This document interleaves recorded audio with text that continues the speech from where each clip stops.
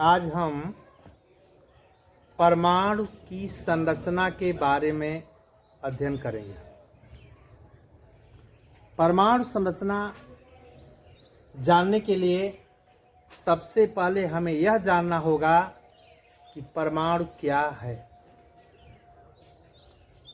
पुराने समय में, ऋषियों के समय में भी, जैसे कणाद मुनि के समय में, यह कहा गया कि कोई भी पदार्थ लिया जाए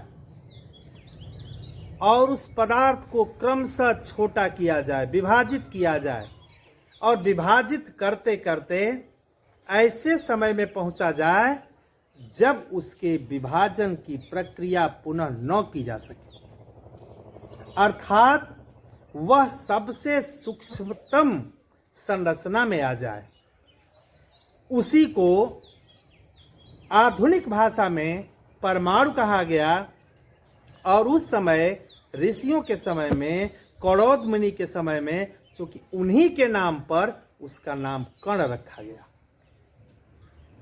अर्थात अगर हम दूसरे शब्दों में कहना चाहें तो पदार्थ का छोटा से छोटा कण ही परमाणु कहलाता है।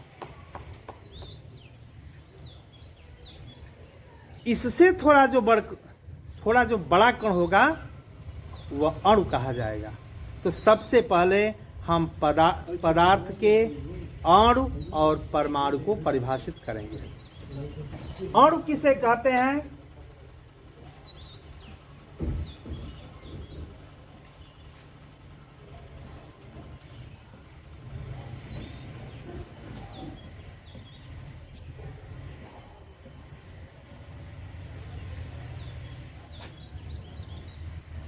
अणु पदार्थ का सूक्ष्म कण है।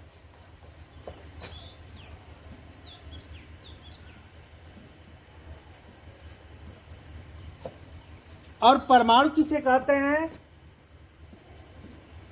तो परमाणु पदार्थ का सूक्ष्म से सूक्ष्म कण, अर्थात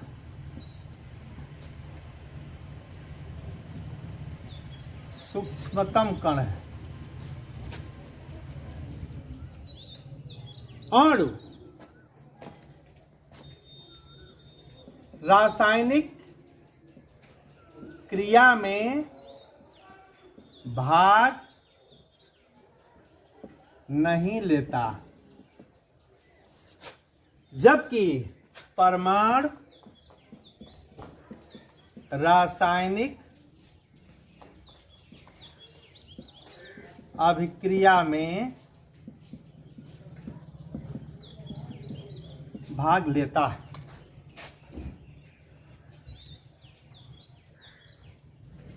यानी पदार्थ का सूक्ष्म कण जो स्वतंत्र अवस्था में रह सकता है, किसी रासायनिक अभिक्रिया में भाग नहीं लेता, उसे अणु कहते हैं। और रासायनिक अभिक्रिया में भाग लेने के लिए उसे परमाणु में विभाजित होना अनिवार्य हो जाता है। जबकि परमाणु पदार्थ का सूक्ष्म से सूक्ष्म कण, अर्थात पदार्थ का सूक्ष्मतम कण है, जो रासायनिक अभिक्रिया में भाग लेता है, अर्थात वह स्वतंत्र अवस्था में नहीं रह सकता। उदाहरण के लिए H2 यह हाइड्रोजन अणु है।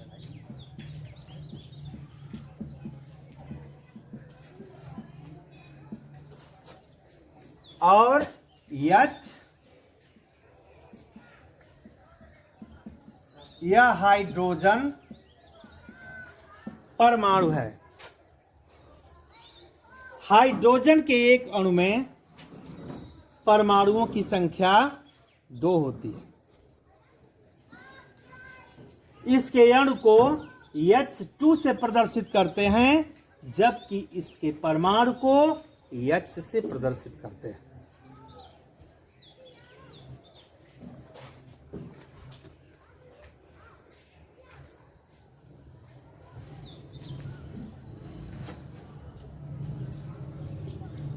परमाणु के संदर्भ में एक वैज्ञानिक जिनका नाम डाल्टन था, उन्होंने अपना विचार प्रस्तुत किया, जिसे डाल्टन का परमाणुवाद कहा जाता है या डाल्टन का सिद्धांत या परमाणु सिद्धांत कहा जाता है।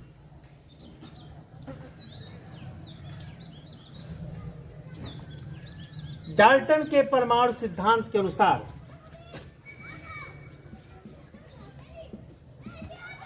डाल्टन का परमाणु सिद्धांत, डाल्टन के परमाणु सिद्धांत के अनुसार सभी पदार्थ, चाहे वह तत्व हो या यौगिक हो, सूक्ष्मतम कणों से बने होते हैं, जिन्हें परमाणु कहते हैं। पॉइंट नंबर 2, परमाणु को न तो उत्पन्न किया जा सकता है और न ही नष्ट किया जा सकता है। पॉइंट नंबर 3, परमाणु अविभाज्य होता है, अर्थात परमाणु पदार्थ का सूक्ष्मतम कण है और इसे पुनः किसी कण में विभाजित नहीं किया जा सकता, ऐसा कहा डाल्टन ने। पॉइंट नंबर 4, अगर कोई एक तत्व है या यौगिक है या कोई एक पदार्थ है, उसका एक परमाणु जो होगा वह अपने अन्य सभी परमाणुओं के बिल्कुल समान होगा, जबकि अगर दो भिन्न भिन्न पदार्थों को लिया जाए तो उनके कणों में समानता नहीं होगी, अर्थात दो भिन्न पदार्थों के परमाणु आपस में समान नहीं हो सकते और एक ही पदार्थ के सभी परमाणु आपस में समानता रखते हैं। जब परमाणु, 5वें नंबर का पॉइंट नंबर 5, जब परमाणु एक दूसरे से संयुक्त होकर अणु का निर्माण करते हैं तो वे एक सरल अनुपात में संयुक्त होते हैं, यानी यौगिक के निर्माण में किसी तत्व का कम से कम एक परमाणु जरूर संयुक्त होता है, अर्थात इसके अनुपात आधा तीसरी चौथाई के रूप में नहीं होते बल्कि पूर्णांक संख्या के रूप में होते हैं। अब इसके बाद हम आगे चर्चा करेंगे परमाणु का संघटन क्या है।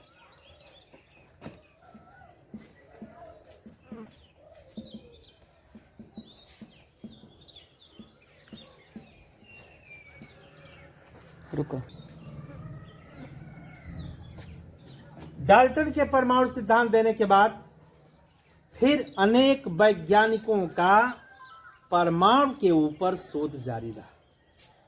उदाहरण के लिए सर जे टॉमसन, गोल्डस्टाइन, रदरफोर्ड और चैडविक आदि वैज्ञानिकों ने तमाम प्रयोगों के आधार पर यह साबित कर दिया कि डाल्टन के परमाणु में जो एक वाक्य लिखा हुआ है कि परमाणु अविभाज्य है, यह बिल्कुल गलत है।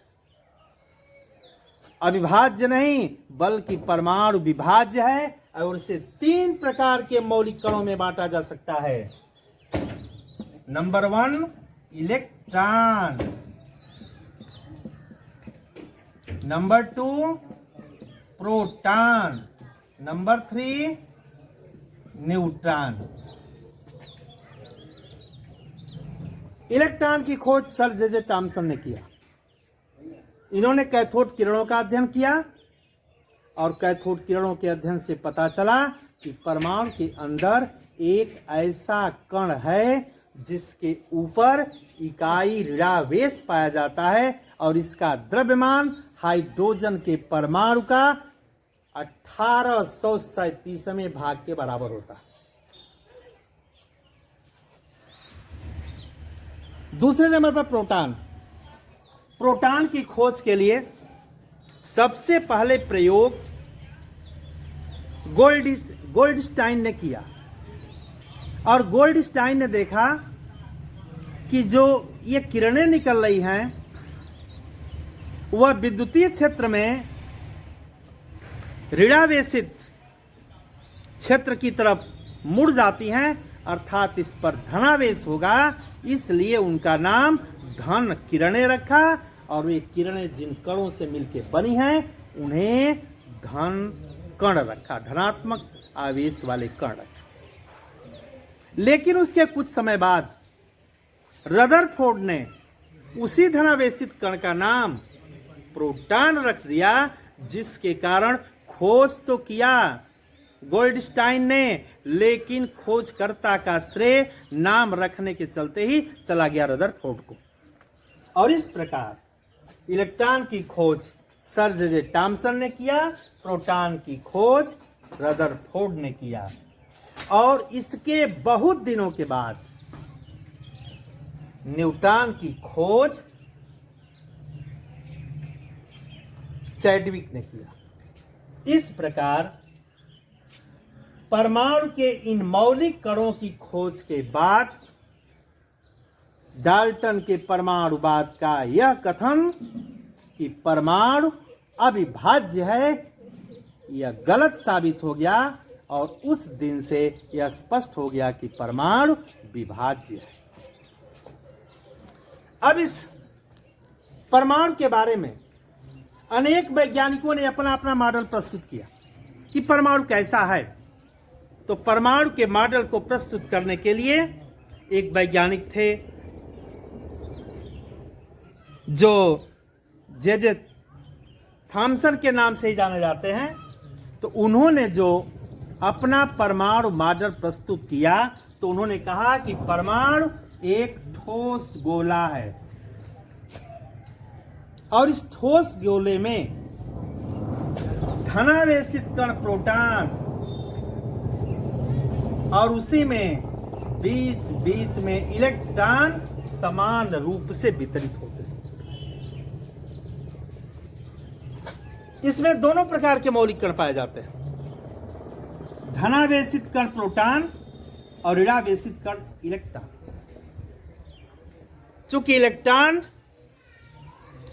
प्रोटॉन के प्रभाव को, या दूसरे शब्दों में कहें तो प्रोटॉन इलेक्ट्रॉन के प्रभाव को निरस्त कर देता है और इसके बाद यह परमाणु पूर्ण रूपेण उदासीन अवस्था में पाया जाता है।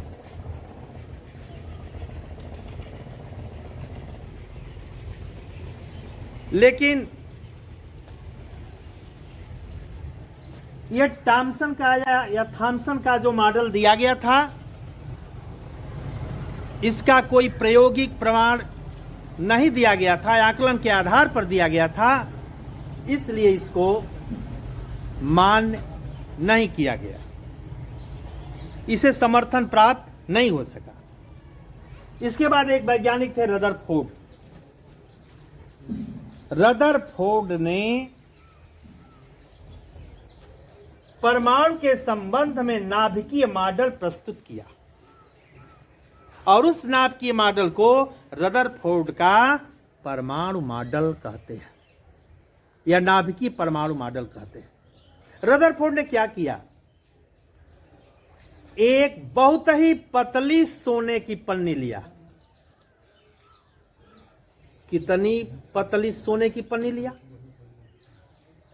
तो आकलन यही कर लें कि अगर उस पन्नी को एक के ऊपर रख दिया, एक के ऊपर एक रखा जाए और 1 सेंटीमीटर की मोटाई तक रखा जाए तो उसमें 2500 पन्नियां आएंगी, या 1 मिलीमीटर की मोटाई तक रखा जाए तो उसमें 250 पन्नियां आएंगी। अब आप आकलन कर सकते हैं कि वह सोने की पन्नी कितनी पतली रही होगी। और इस सोने की पन्नी को लेकर उन्होंने धनावेशित, क्योंकि अल्फा कण धनावेशित होते हैं, अल्फा कणों की बमबारी कराई।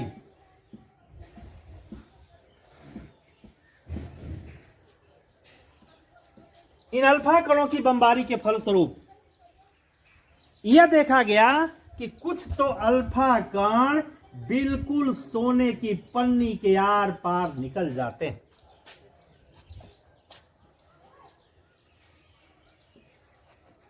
जब कुछ अल्फा कण उसमें प्रवेश किए तो ऐसे लगा कि वह परमाणु के अंदर प्रवेश करने के बाद ऐसे विक्षेपित हुए, लगता है कि किसी विशेष भाग से प्रतिकर्षित हुए हों। और कुछ अल्फा कण टकराने के बाद जिस रास्ते से गए पुनः उसी रास्ते से वापस लौट आए। इस प्रकार रदरफोर्ड के परमाणु नाभिकीय प्रयोग ने कुछ सिद्धांत दिया। उस सिद्धांत के अंदर पहला सिद्धांत यह प्रस्तुत हुआ कि जो कण सोने की पन्नी के सीधे आर पार बिना रोक टोक के चले गए, यह साबित करता है कि परमाणु का अधिकांश भाग खोखला है। यह पॉइंट नंबर 1 प्राप्त हुआ। उसके बाद जो अल्फा कण यह लगा कि किसी विशेष भाग से प्रतिकर्षित हुए हों, तो प्रतिकर्षित होना इस बात का संकेत करता है कि यदि अल्फा कण स्वभाव में धनावेशित हैं तो परमाणु के अंदर किसी उपस्थित धनावेशित भाग से ही प्रतिकर्षित हुए होंगे। अर्थात परमाणु के मध्य में ही उसका नाभिक होता है जिसमें प्रोटॉन उपस्थित होते हैं। जो अल्फा कण न आर पार गए न विक्षेपित हुए बल्कि सीधे वापस लौट आए, उन्होंने यह सिद्ध किया कि वह लगता है कि उसी अभेद्य नाभिक से टकरा कर वापस लौटे। इस प्रकार रदरफोर्ड के प्रयोगों से प्राप्त प्रेक्षणों के आधार पर कुछ निष्कर्ष निकाले गए। निष्कर्ष यह मिला कि परमाणु का समस्त धनावेशित कण परमाणु के मध्य में बीच में केंद्रित रहता है, जिसे न्यूक्लियस कहते हैं, जिसे परमाणु का केंद्रक कहते हैं।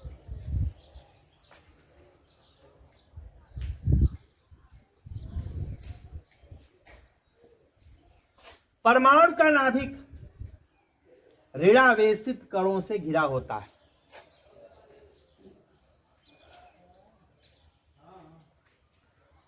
जो अल्फा कण परमाणु के सीधे आर पार चले गए, उन्होंने यह साबित किया कि परमाणु का अधिकांश भाग खोखला है।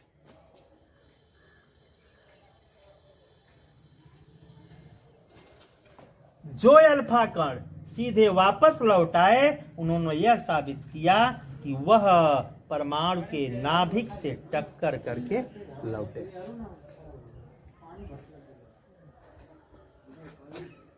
रदरफोर्ड परमाणु मॉडल में कुछ कमियां देखी गई। यह कमियां क्या देखी गई? आलोचना करने वाले वैज्ञानिकों ने उस पर आरोप लगाया और कहा कि अगर सबसे मध्य में नाभिक है, उसके इर्द गिर्द इलेक्ट्रॉन उसका चक्कर लगा रहे हैं, तो चक्कर लगाते लगाते जब उनकी ऊर्जा का हरासमेंट होगा, ऊर्जा में कमी होगी, तो उनकी कक्षा क्रमशः छोटी होती जाएगी और एक समय ऐसा आएगा कि वह इलेक्ट्रॉन आकर नाभिक में गिर जाएगा और नाभिक का अस्तित्व खतरे में पड़ जाएगा, परमाणु का अस्तित्व समाप्त हो जाएगा। लेकिन इन आरोपों के बाद एक वैज्ञानिक नील्स बोर ने रदरफोर्ड के नाभिकीय परमाणु मॉडल का संशोधन करते हुए यह कहा कि जो नाभिक के चारों तरफ इलेक्ट्रॉन घूमते हैं वह अपनी निश्चित कक्षा में घूमते हैं, और निश्चित कक्षा में घूमने के कारण उनकी ऊर्जा में किसी प्रकार का कोई ह्रासमेंट नहीं होता, उनकी कक्षा छोटी नहीं होती, और इस प्रकार वह उनके नाभिक में गिरने का कोई सवाल उत्पन्न नहीं होता। इस प्रकार यह रदरफोर्ड का नाभिकीय परमाणु मॉडल दिया गया। अब परमाणु के संदर्भ में कुछ अन्य परिभाषाएं भी हम जानेंगे, जैसे परमाणु संख्या या परमाणु क्रमांक। परमाणु संख्या या उसे कहते हैं परमाणु क्रमांक। यह परमाणु संख्या किसे कहते हैं, परमाणु क्रमांक किसे कहते हैं? किसी भी परमाणु के नाभिक में उपस्थित धनावेशित कणों की संख्या को ही उसकी परमाणु संख्या कहते हैं, और यह धनावेशित कण उसमें उपस्थित इलेक्ट्रॉनों की संख्या के बराबर होते हैं। अर्थात किसी भी परमाणु में प्रोटॉन और इलेक्ट्रॉन बराबर संख्या में पाए जाते हैं, और यही कारण है कि जितने इकाई प्रोटॉन होंगे उतने इकाई धनावेश, और जितने इकाई इलेक्ट्रॉन होंगे उतने इकाई ऋणावेश, और दोनों की संख्या समान होती है, जिसके कारण यह परमाणु विद्युतीय रूप से उदासीन होता है। द्रव्यमान संख्या किसे कहते हैं?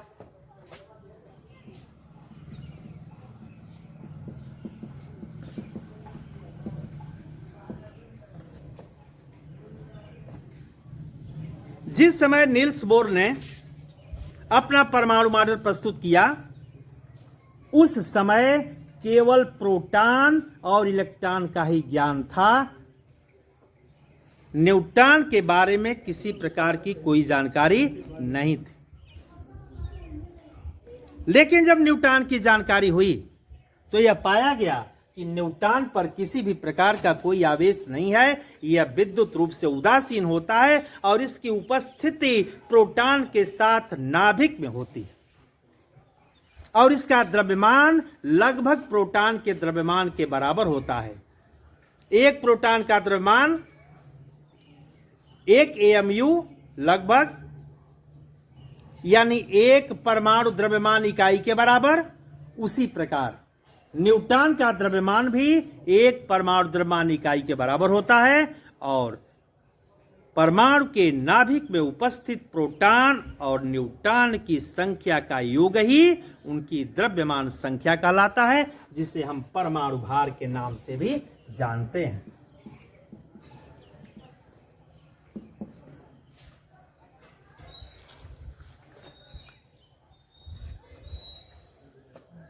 डस्टर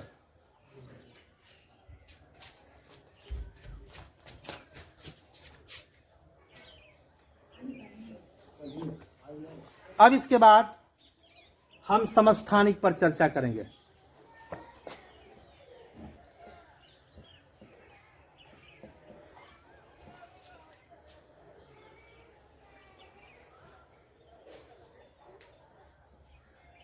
समस्थानिक, रुको।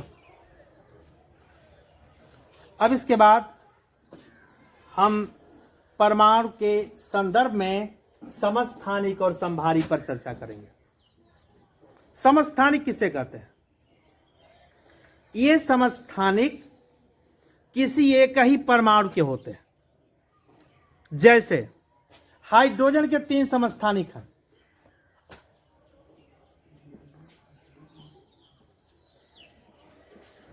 (1H1, 1H2, 1H3). इस पहले वाले को कहते हैं प्रोटियम, दूसरे वाले को कहते हैं ड्यूटेरियम, और तीसरे वाले को कहते हैं ट्राइटियम। इसी प्रकार क्लोरीन के 2 समस्थानिक होते हैं, Cl1735, Cl 17 37। हाइड्रोजन के 3 समस्थानिक, क्लोरीन के 2 समस्थानिक, यानी मैंने कहा था कि समस्थानिक किसी एक ही परमाणु के होते हैं। तो आखिर अंतर क्या होता है? अंतर यह होता है कि उन सभी के परमाणु क्रमांक में तो समानता पाई जाती है, लेकिन परमाणु भार भिन्न भिन्न होते हैं। अब इसे परिभाषित करना हो तो क्या कहेंगे? एक ही तत्व के वे परमाणु जिनका परमाणु क्रमांक तो समान होता है, लेकिन परमाणु भार में भिन्नता होती है, उन्हें समस्थानिक कहते हैं। अब समभारी किसको कहते हैं? नाम ही देखें, सम माने समान, भार, उनका भार समान होगा, लेकिन वे एक ही तत्व के नहीं होंगे। एक ही तत्व के हों और भार समान हो, तब उसमें कहां से कोई विभेद हम कर सकते हैं? यह भिन्न भिन्न तत्वों के होते हैं, जैसे आर्गन और कैल्शियम। आर्गन का परमाणु क्रमांक है 18 और कैल्शियम का परमाणु क्रमांक 20, लेकिन इनका भार 40 बिल्कुल समान। यह दोनों एक दूसरे के समभारी कहे जाते हैं। अब समभारी की परिभाषा कैसे देंगे? भिन्न भिन्न तत्वों के वे परमाणु जिनके परमाणु क्रमांक में भिन्नता तो होती है, लेकिन परमाणु भार बिल्कुल समान होता है, उन्हें समभारी कहते हैं। अब इसके बाद हम यह जानना चाहेंगे कि कोई परमाणु कैसे आयन बनता है।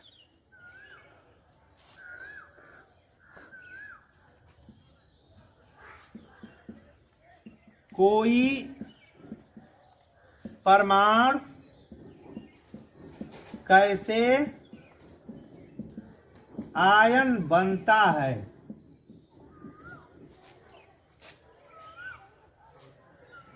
आयन 2 प्रकार के होते हैं, एक धनावेशित और एक ऋणावेशित। परमाणु ही आयन बनता है, या तो परमाणु आयन बने या परमाणुओं का समूह आयन बने। हम परमाणुओं के समूह पर चर्चा इस समय नहीं करेंगे, जो भी करेंगे वह परमाणु की बात करेंगे। तो परमाणु आयन कैसे बनता है? परमाणु धनायन भी बन सकता है और कोई परमाणु ऋणायन भी बन सकता है, लेकिन उसका कारण क्या है? परमाणु तो अपने आप में उदासीन है, और उदासीन का कारण यह है कि उसमें धनावेशित मौलिक कण प्रोटॉन और ऋणावेशित मौलिक कण इलेक्ट्रॉन दोनों की संख्या समान होती है, और दोनों के आवेश एक दूसरे को निरस्त कर देते हैं, जिसके आधार पर परमाणु विद्युतीय रूप से उदासीन होता है। लेकिन जब यही परमाणु या तो इलेक्ट्रॉन देते हैं किसी को, या तो किसी से इलेक्ट्रॉन लेते हैं, तो इलेक्ट्रॉन देने और लेने की प्रक्रिया के फलस्वरूप उनमें धनावेशित कण और ऋणावेशित कणों की संख्या समान नहीं रह जाती, और जिनकी संख्या अधिक रह जाती है उसी के अनुसार ये आवेशित हो जाते हैं। उदाहरण के लिए हम बात करेंगे सोडियम की। यह सोडियम का परमाणु है जिसके पास 11 प्रोटॉन और 11 इलेक्ट्रॉन है, अर्थात 11 इकाई धनावेश है और 11 इकाई ऋणावेश है, और यह दोनों आपस में एक दूसरे को निरस्त करते हुए उदासीन हो जाते हैं। लेकिन जब यही सोडियम का परमाणु अपना एक इलेक्ट्रॉन त्याग देता है, तो ऐसी स्थिति में इसके पास प्रोटॉनों की संख्या हो जाती है 11 और इलेक्ट्रॉनों की संख्या हो जाती है 10। अर्थात इसके पास 11 इकाई धनावेश और 10 इकाई ऋणावेश हो जाता है। 10 इकाई ऋणावेश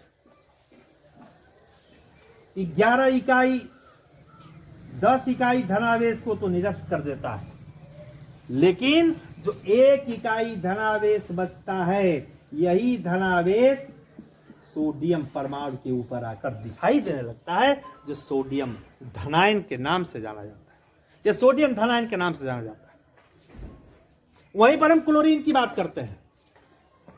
यह क्लोरीन का परमाणु है जिसके पास 17 प्रोटॉन और 17 इलेक्ट्रॉन होते हैं। जब क्लोरीन का परमाणु 1 इलेक्ट्रॉन ग्रहण कर लेता है, तो ग्रहण करने के बाद जो क्लोरीन बनता है उसके पास प्रोटॉनों की संख्या 17 और इलेक्ट्रॉनों की संख्या 18 हो जाती है। अर्थात उसके पास 17 इकाई धनावेश और 18 इकाई ऋणावेश उत्पन्न हो जाते हैं। 17 इकाई धनावेश को 17 इकाई ऋणावेश ने तो क्या किया, उदासीन कर दिया।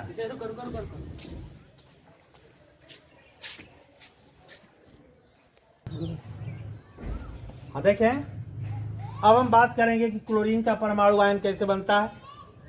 क्लोरीन के परमाणु के पास 17 प्रोटॉन और 17 इलेक्ट्रॉन होते हैं, और जब यह 1 इलेक्ट्रॉन ग्रहण करता है तो उसके पास इलेक्ट्रॉनों की संख्या 18 हो जाती है और प्रोटॉनों की संख्या 17, और 17 प्रोटॉनों के अनुसार उस पर 17 इकाई धनावेश और 18 इलेक्ट्रॉनों के अनुसार 18 इकाई ऋणावेश उत्पन्न हो जाता है।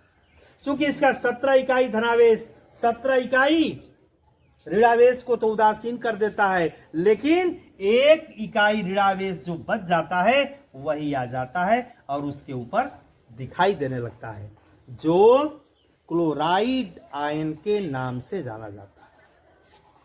इस प्रकार परमाणु कैसे आयन बनते हैं, यह प्रक्रिया समाप्त हुई। अब इसके बाद इस टॉपिक से संबंधित इलेक्ट्रॉनिक विन्यास इत्यादि की चर्चा अगले मीटिंग में की जाएगी।